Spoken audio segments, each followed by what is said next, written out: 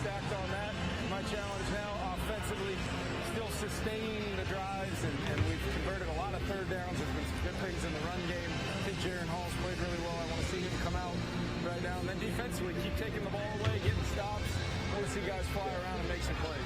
And speaking of difficult, Tuesday is always a difficult day for you and coaches and personnel people around the NFL. I'm going to be aware of it, but if you need to find out. Sneaky conversation here with Adrian Hill. You guys are rolling 6 right now? Gotcha. Let's give him a hard time. Let's not make it easy. But you know, like this coaching-wise, yeah. You know what's a real big advantage? I watched that Atlanta game. Yeah. Hey. Yeah. They're getting jumped. Yeah. Yep. Yeah. Well, you know if they are, you're going to be hearing about it from me. So. No, you guys doing great, man. So, Kevin, Tuesday, you got to get to 53 and set up the practice squad. And, oh, by the way, 1,147 players are going to be cut by other teams. So what is Tuesday like? How difficult is it? And what's Tuesday night like for you, Kwesi Adofo-Mensah, and the rest of the gang, looking at all the available players? Yeah, Long, we've got a great staff, PA, that will look around the rest of the league. But my job, first and foremost, is to handle my least favorite day of the entire year coming up on Tuesday. Handle it the right way. These players have done everything that I've asked of them, and there's just competitive situations where sometimes, even though you want to, you can't keep everybody. And the way I look at it, these guys deserve the right to hear how well they've done, how well they've competed. They've helped build our culture and our team. So I'm going to meet face-to-face, and Kwesi and I will. Every single one of those guys will be forming our practice squad, seeing how we can possibly update our team and upgrade our team, I should say. But there's a lot still to play for in the second half, no doubt.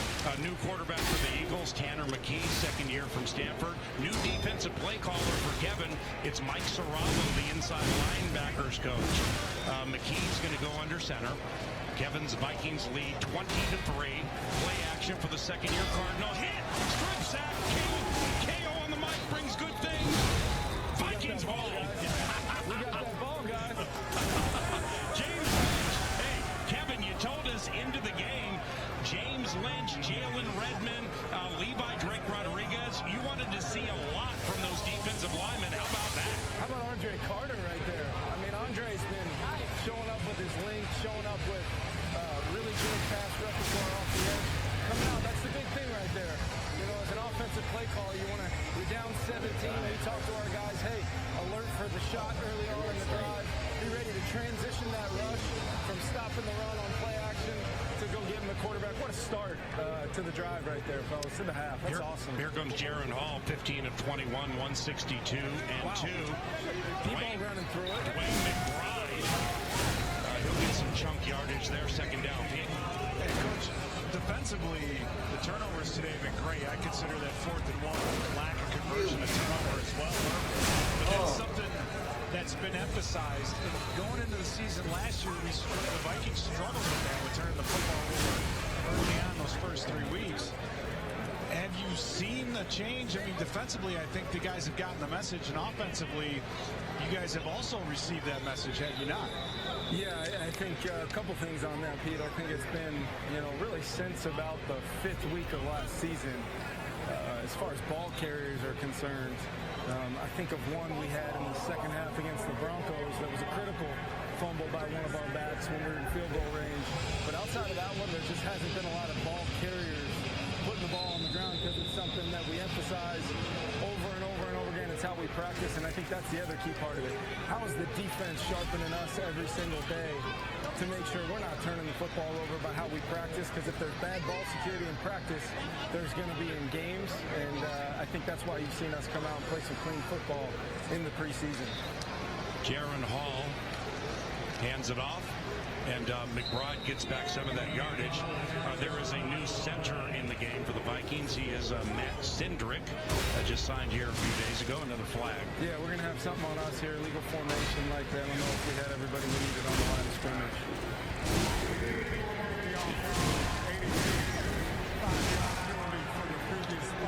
Thank you, and Kevin, if you ever need to get after Adrian Hill, he is a master's of science from Johns Hopkins University. He was a NASA contractor at Goddard Space Flight Center. Might be able to tease him about that or something if there's a call from like out of space. Ben Lieber? Adrian, honestly, Adrian's one of my favorite officials. We had these guys at our practices all week, so we've been getting a great rapport with them. Hey, PA, check this out. Probably going to try a screen here to Debo. Get back on track down, see if we can execute. Got to block 57 will be the key. McBride, screen right. Not only blocked him, we probably held him a little bit, but they didn't call it. Oh, look at McBride. McBride toe-tapping the sidelines. Yeah, and you can see 57 looked right at the official like, come on, man. Like, you didn't call that hold? Those are the blocks right there. You get that block clean, that thing could be out the gate against some of these. This is really Vic Fangio's defense, which a lot of Vikings fans will remember. We were running a version of it our first year. So we kind of learned, there's a lot of air in the coverage, and we get some different quick passes off. I think West Coast has done an unbelievable job in this game. I think we're 7-9 on third down in the first half, so we're going to get a chance right here to maybe work against some man coverage. Jaron Hall, a couple of receivers left, one right. McBride flares right flat. Stay on, keep your feet. Bob McBride, 10-5, kept his feet. First and goal for the Vikings, Peter.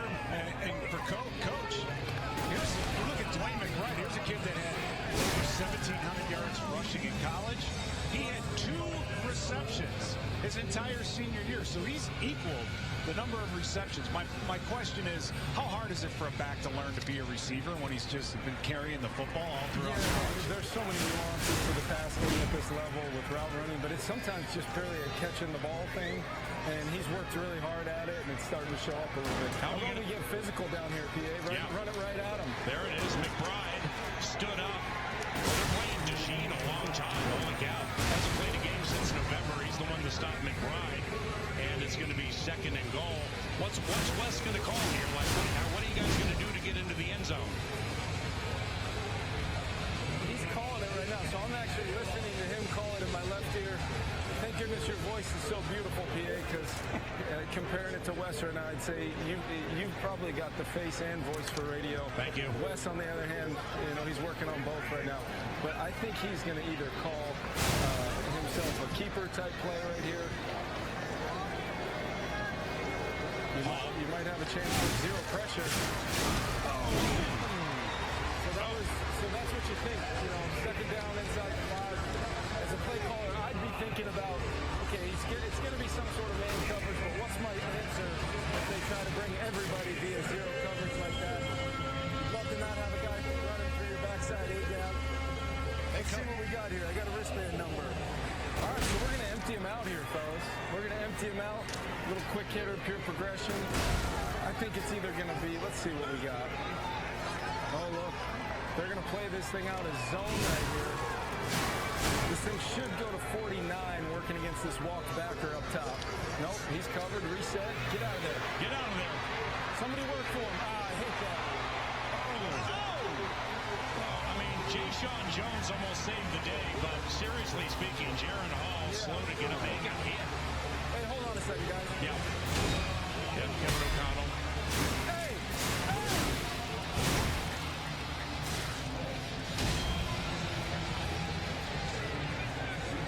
Yeah, Kevin's mic is down right now, and that probably is making discretion the better part of valor. Yeah. And probably taking exception to the hit that his quarterback just took. I'll be smart because you never know who's watching. Right. But, yeah, I don't like that at all because, the quarterback's got to be able to play off schedule, and we've got rules to protect. And I don't know if that would have been a heck of a lot different if I wasn't on with you guys right there. But I do like the ability, the lead out to 20. You'd love to take that sudden change. Hold on a second, guys. Hey, yep. We're going to pause. Kevin O'Connell mic'd up on the sideline all third quarter, 23-3 Minnesota on the Vikings Entertainment Network.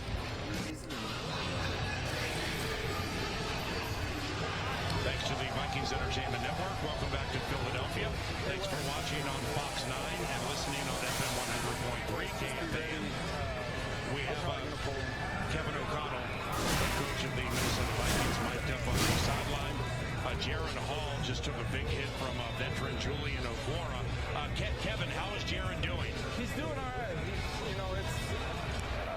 you know, one of those things where obviously big hits sometimes you never quite know. You're clearly worried about when you take a direct kind of launch shot to the head and neck area.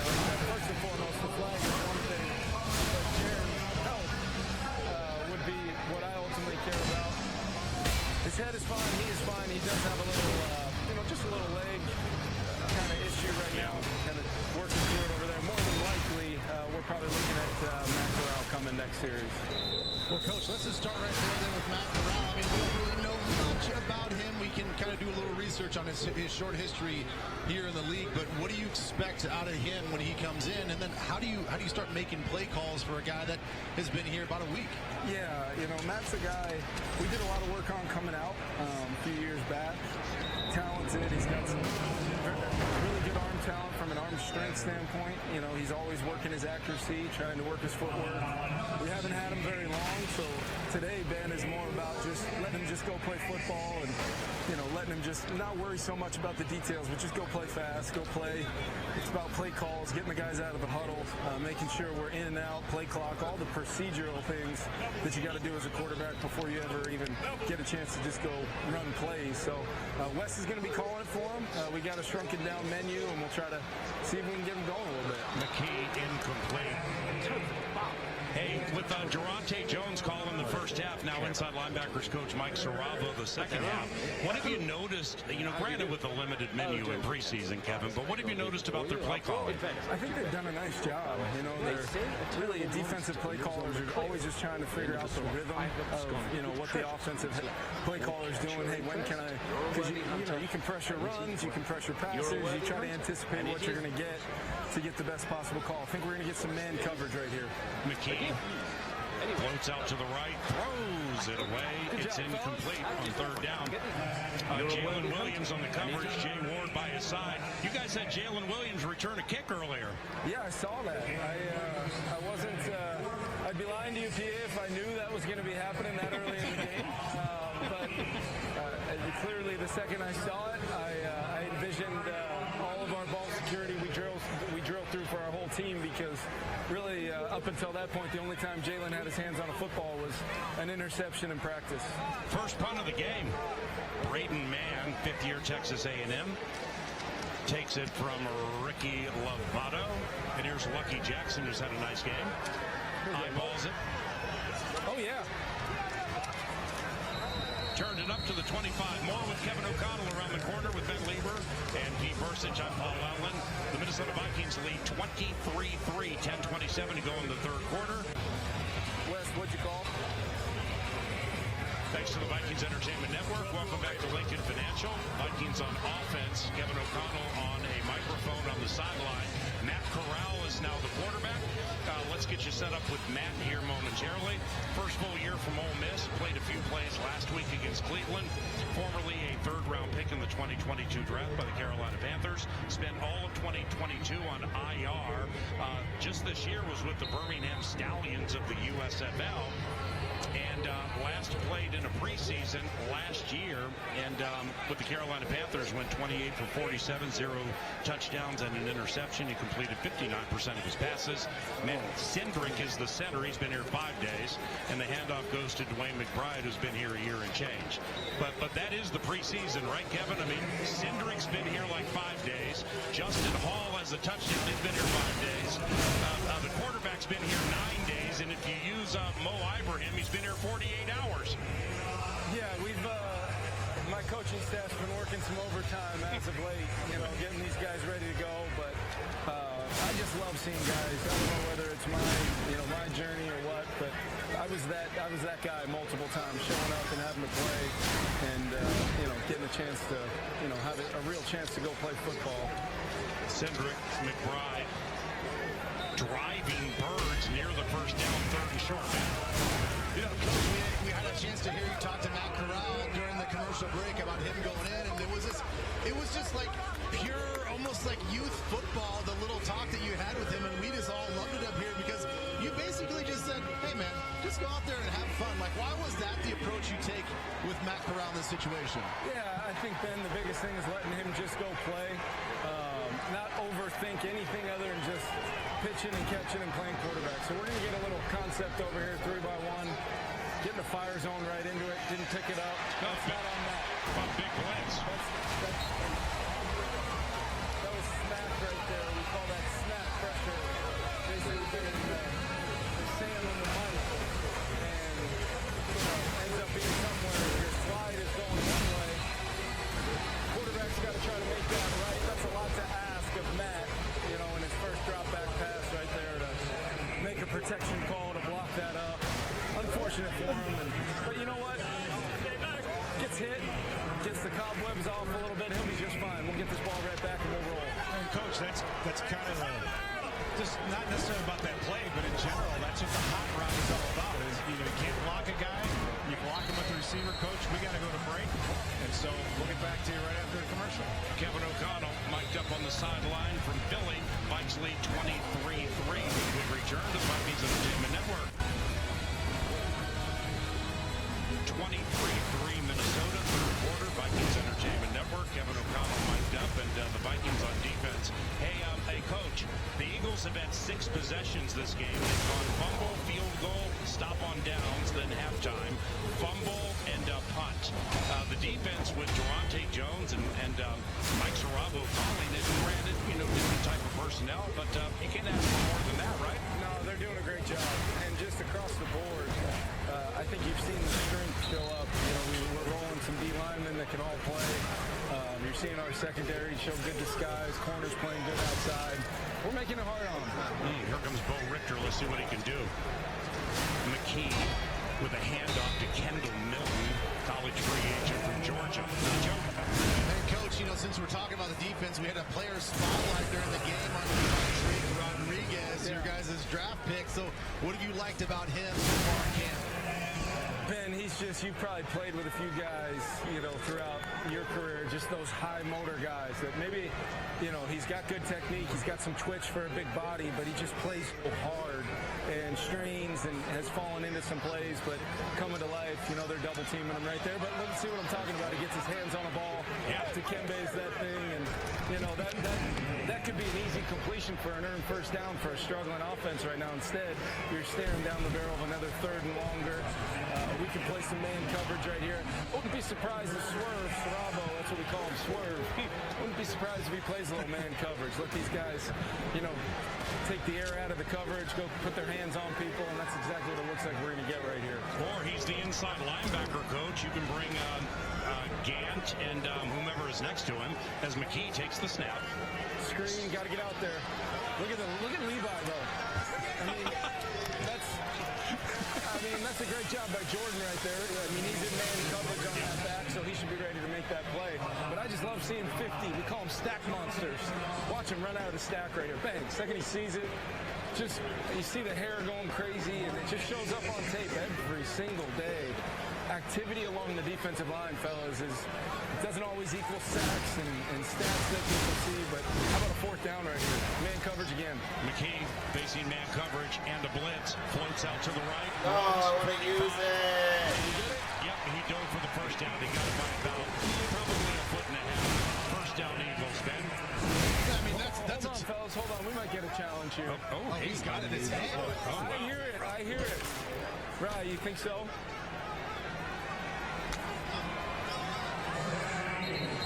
I think he's short of that thing, fellas. We're going to go ahead and get ourselves the football back right here. All right, Coach, could you walk us through that process then, on a play that just happens? Who are you talking to? I think... and then what do you need to hear from the guys I to think he's throw short the of the flag? line to gain significantly.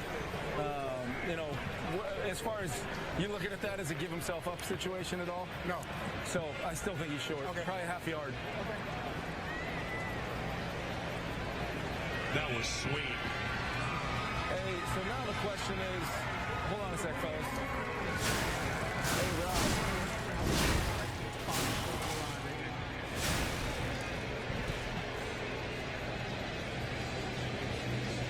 Well, one thing is certain.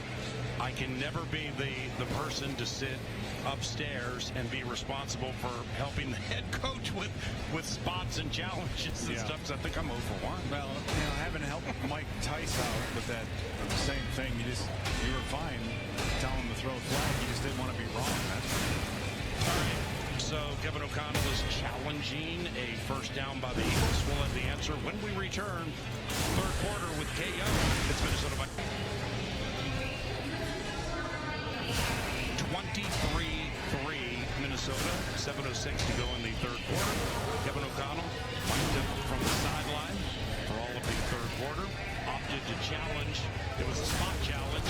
And Kevin was right, which means if I ever had a chance of sitting in that coaching room and being your conduit to challenges, well, I just got fired because I thought he got a first down. Well, BA, you know, exactly what I asked you in that moment, BA, was that's what I would ask Ryan Cordell upstairs. Right. And it just so happened that both you and him heard me in that moment.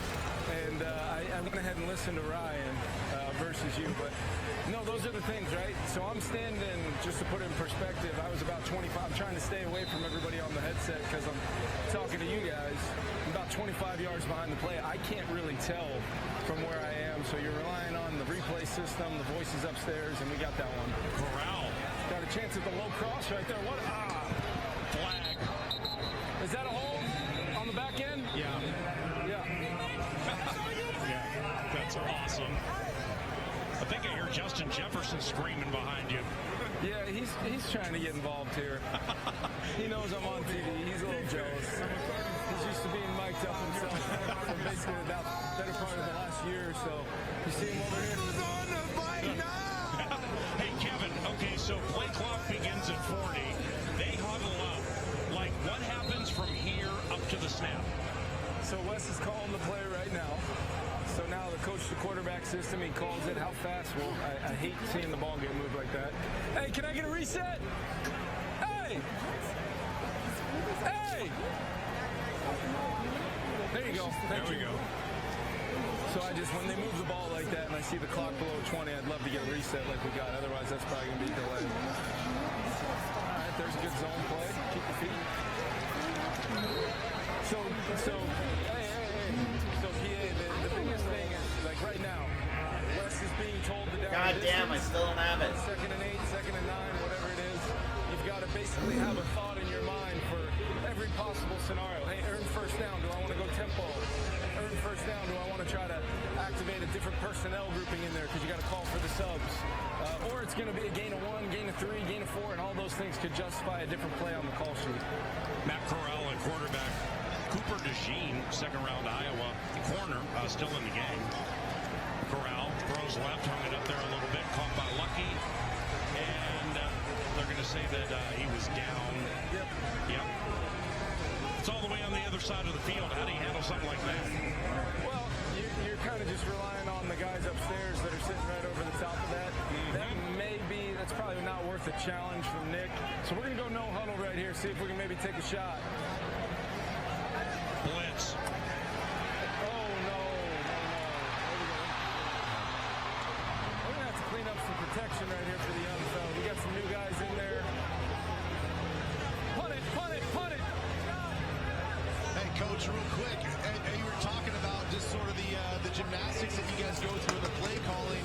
You obviously have to know situations and personnel and all that stuff, but how often are you guys looking at individual matchups as the game plays out? Maybe you see a corner or a safety that's just not having a day. How do you adjust that play call to match up against that player? Yeah, I think looks like they're going to challenge this, thinking it might be a fumble. There was an incomplete pass. Seeing if it was a fumble, yeah. Did you get a good look at it? I did not. Yeah, me neither. I got so much shit going on. Minus is official, man. This is tough. Yeah, no, I'm feeling it right now, man. I'm used to being able to complain to 2 people, not just one. So the refs are actually working a mechanism right now as if the lead referee sustained an injury. So they're all working off of a 6-man crew. So the visiting sideline only has one, side judge over with us right now. And they kind of have to work different angles. That's probably why they missed the hit on Jaron down there in the zone. That's a lot for these guys to work through when they're used to working with 7 guys. But yeah, what Ben was asking earlier is absolutely a valid question because I think this whole game is a matchup league. And that's what makes, on a normal Sunday, a lot of my job is figuring out exactly what the game plan is for Justin Jefferson.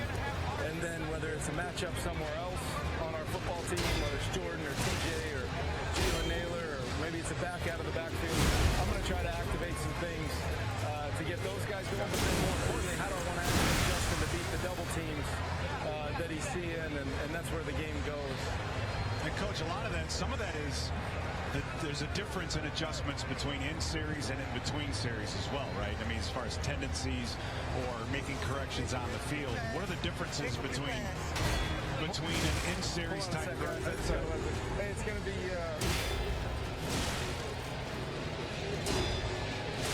So this, the challenge here involves Jaron Hall his arm being hit right before he unfurled the pass.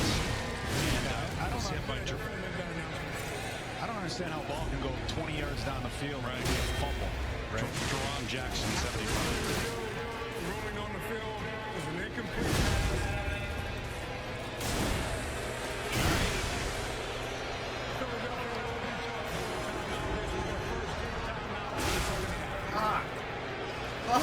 So PA, this is going to give us a nice opportunity. Fans at home might not like this, not getting the first down, but I'm looking for a big time. We call this a sky punt right here. Yeah. We're right around the 50. I know the analytics world loves to go for it as much as possible, but field position is still a thing in this league. So what I want to see Ryan Wright do right now is put one high in the sky, inside the 10. Let's see our gunners. It looks like we've got McLaughlin and Jalen Williams out there in a one-on-one situation. Let's see if we can get down this thing inside the 10 and keep applying pressure to that Eagles offense. It's not exactly hitting on all cylinders right now. Ryan Wright clocked 2 inside the 20 at Cleveland. He has 3 inside the 20 this preseason. DeJean runs for a fair catch at the club. It's inside the 20. That's not bad. No, you're definitely, like right there, what you're definitely trying to avoid is just that sidewinder off the side of the foot that ends up at plus 20 or so. Anything inside, I'm going to be greedy, PA. I'm going to say I wanted that inside the 10. Yeah. But either way, they got to go 88 yards right now. Kevin, Sam Darnold is on the television right now. We're talking about him on the radio. But how have things gone with Sam through training camp and up to the season? Yeah, Sam's done a great job. I think people forget sometimes just the pure physical talent that Sam has as a former third pick in the draft, and he can make every throw. He's gotten really comfortable in our offense and taking advantage of getting to throw to some really good players and behind the continuity of our offensive line. I've really enjoyed coaching Sam, and I think he's going to get off to a fast start this season, and I'm really excited about him. Hey, Coach, I don't know if you know Mike Quick, former Philadelphia Eagles wide receiving grade. I had a chance to talk to him at halftime. Number one, he's a big fan of yours. But number two, he's a huge fan of Tristan Jackson. And the one route that he got himself open on, it was kind of a post with a comeback. Loved the way that he ran it. But we love Tristan Jackson. I mean, watching him in Cleveland and the Red Sox, he's just doing so many things right. I wanted to get your thoughts on his preseason. Yeah, so Tristan is a guy that I actually kind of, he was one of my first calls after the 2020 draft when I was with the Rams. We got him to sign with us after the draft as a priority free agent. Had a great camp. It was very competitive, and decided to go join, I think he went to Minnesota after that. And then to get the opportunity to coach him here, he knows our system. He can play 3 spots. Get your hands up.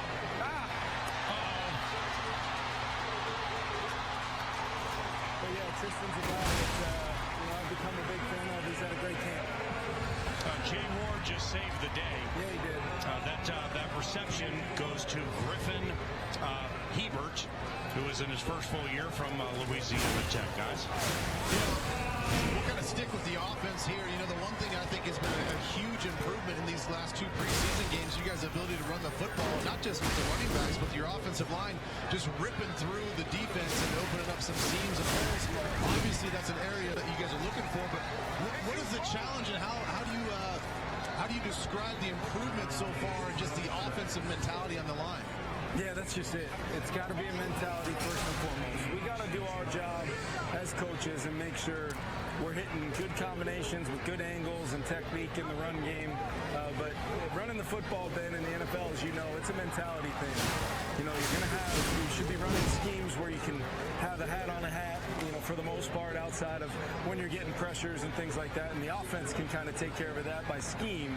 But it's not about scheme as much as it is having really good technique fundamentals and then a play style to match that. And that's what our young guys have done this preseason. 2nd and 6, McKee into a tight window close to the first down at about the 35-yard line. And that's E.J. Jenkins, a tight end for Nick Sirianni's Philadelphia Eagles, gain of 6.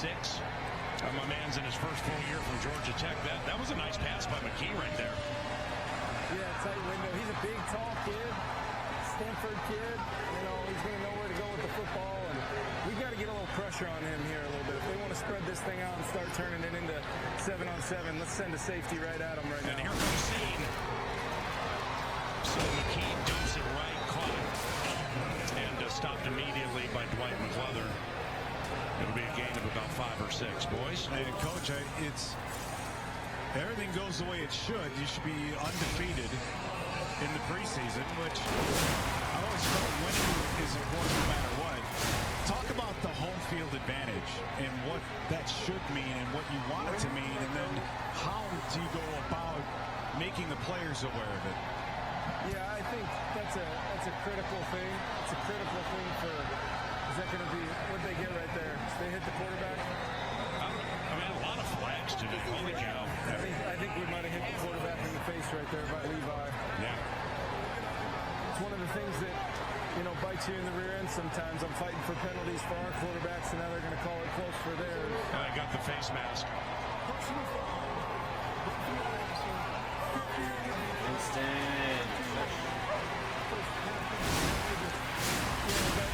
I definitely want to. That's an unfortunate penalty right there. Defense swell up and get a stop. I want to circle back to that though, guys, because I can't tell you. Coached a lot of places, played a lot of places. I use that play term lightly, but our fans and what US Bank Stadium is. I mean, it is, in my opinion, it's a one-of-one thing from our the energy from the time you walk in the building to the time you leave. I mean, it is. I absolutely love our fans. I love our fan base, and I love what they bring to help us play winning football. Handoff up the middle, and stopped after just a couple of yards there. That was Tyler Manoa. Tyler Manoa on the stop, Ben. So I'm going to take you guys inside one of the jobs of the head coach in the second half. If you see a sideline right now, I've got Jonathan Gennard on the field. I've got IP stepping on the field. I got Murph here. There's Coach Josh Hinks right when I needed him right there. The get-back coach. You gotta have a get-back coach. I was about to go find the get-back coach right there. Ball was tipped and caught. And So let's set the stage for this. 3rd down, red zone, probably 4-down territory if I know Nick well on the other side. So let's see if we can send him backwards here, force a negative play, and kind of take the decision out of his hands. Well, 2 plays ago, Kevin, on the Levi Drake Rodriguez face mask, when you watch that thing back, Bo Richter pushed his guy to Delaware. I mean, that was pretty cool. All right, 3rd and 6 from the 11. Empty backfield, 3 receivers left, 2 right. McKee takes the snap, 4-man rush, fade to the end zone to Jenkins, incomplete. E.J. Jenkins back right of the end zone, and he was covered by Dallas Gant, who was 6'2", 224. Look at the big man cover, Kevin. Yeah, man coverage right there in his hip pocket. Good pitch and catch, but that's what you do when you play a little tighter, guys. You force people to execute the pass game at a high level. So here we go now. I mean, this is really classic. If I know Brian Flores well, 4th down in the red zone, I'd have a play call with some pressure answers. Don't know if he's going to go into his bag of max pressure right here, but we'll see how it goes. Got the tight end off to the right. 4th down, McKee. Here comes McLeather, and he got him. How come that's not a sack? Are you kidding me? Threw it out of the end zone. You know what, PA? You're not wrong. I mean, held him for 5 seconds. McKee. I mean, McLeather on McKee. You kidding me? Yeah, that looked like McLeather was trying to tackle me right there. I probably would have fought him off, too. If I had an official right here, that's exactly what I'd be talking about. Hey, defense, that's a big-time stop right there. Hey, great job. Dallas, good coverage on that 3rd down.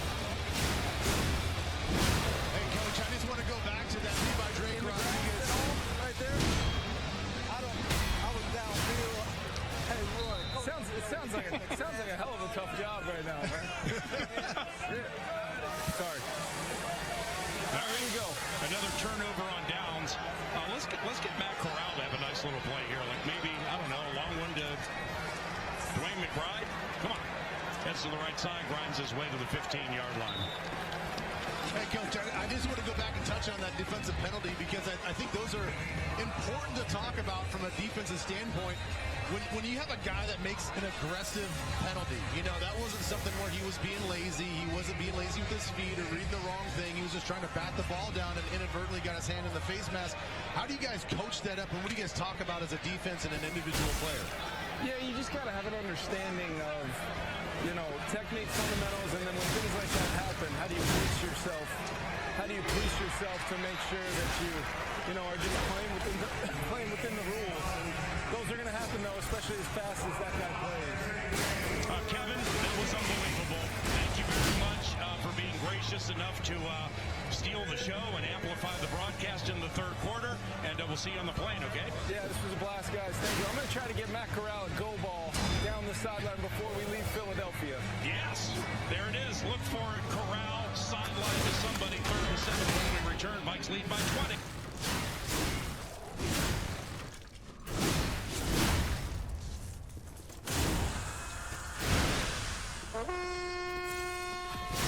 Daily is daily Vikings entertainment. We just want the Vikings to win a Super Bowl before we die. I will ride with this group. Seriously, man. Please. And away we go. 53-man roster 4.0 from the Sports Dad today. Judd's Camp Notes has been, you started iterating on the 53-man roster well before the preseason game yesterday. Oh God, yeah. And if I'm not mistaken, 1.0 we did after the offseason, after the minicamp. I think that was our 1.0. I think was in June. So this has been a meal that's being concocted and cooked with love. Do you think the players value making Judd's 53-man projection more or making the actual team? Because I think it's pretty close. I think players have been monitoring the situation with your 53-man updates and. Yeah, and here's the thing. We're gonna hear for the next until Tuesday at 3 o'clock or so, how tough this is, right? Like, this is the part of the season nobody likes, the coaches don't like. I'm gonna tell you right now, all Gad loves is this. You love telling Jobs people are meant to, you're not good enough to play in the National Football League. Well, or you just go to a different team. But this is I love this whole thing of you can't play here. It's like you're firing a guy who makes $60K and his family now won't get fed.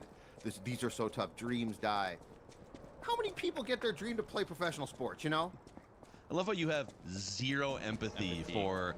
Yeah. Like a lot of these players come from no financial background or security. This is their one shot to realize their dream, and the Sports Dad is like, not good enough. No, but I'll put in a call in the Canadian Football League for you guys. Exactly, it's the professional sports. But I love this notion that it's like this ordinary job.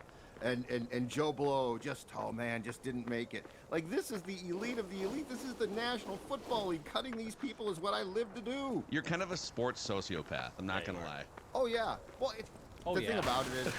Instant agreement. Oh, yeah. Oh, yeah. 100%. Yeah. The thing about this is, this isn't some, nice, it's supposed to be a happy story. If those happen, it's great. That's fine. There's 53 happy. There's more happy stories than sad stories. But 53 out of 90 is. But this is also professional sports. Like, you are playing. Like if you make this team on Tuesday, you're teammates with Justin Jefferson, arguably the best of what he does in the entire world. So is your